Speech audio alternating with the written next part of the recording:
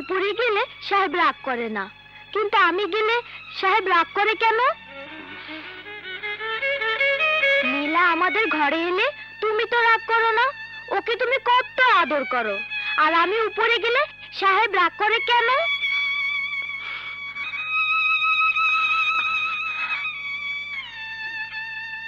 ওরা যে বড় লোক, ওদের সঙ্গে তোমার আমার তুলনা চলে না। পড়তে বসো বাবা। হ্যাঁ, যাও। লেখাপড়া করে যে গাড়ি ঘোড়া চড়ে সে, লেখাপড়া করে যে গাড়ি ঘোড়া চড়ে সে, লেখাপড়া করে যে গাড়ি ঘোড়া চড়ে সে, লেখাপড়া করে যে গাড়ি ঘোড়া চড়ে সে, লেখাপড়া স্যার, লেখাপড়া করে আপনি মানিককে দেখতে এলাম। আসেন স্যার, আসেন। গাড়ি ঘোড়া চড়ে সে, লেখাপড়া করে যে মানিক। হ্যাঁ, এই নাও। এটা আমার? হ্যাঁ, তোমার। দুটো এনেছি, একটা তোমার জন্য আর একটা তোমার বন্ধু নীলার জন্য। থাক থাক থাক। এটা ওকে দিলেন, সাহেব জানতে পারলে কিন্তু খুব রাগ করবেন।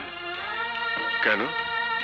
আমি কি করব না করব সেটা কি তোমার সাহেবকে জিজ্ঞেস করে করতে হবে? তোমার ছেলেকে প্রথম দিন দেখেই আমার খুব ভালো লেগে গেছে, তাই ওর জন্য একটা নিয়ে এলাম। ভারী মিষ্টি ছেলে। তুমি পড়ো মানিক।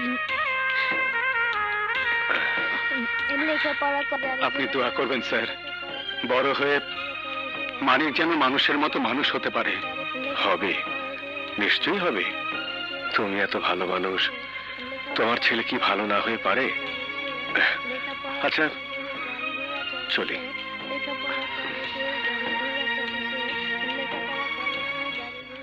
বাহ, কি সুন্দর।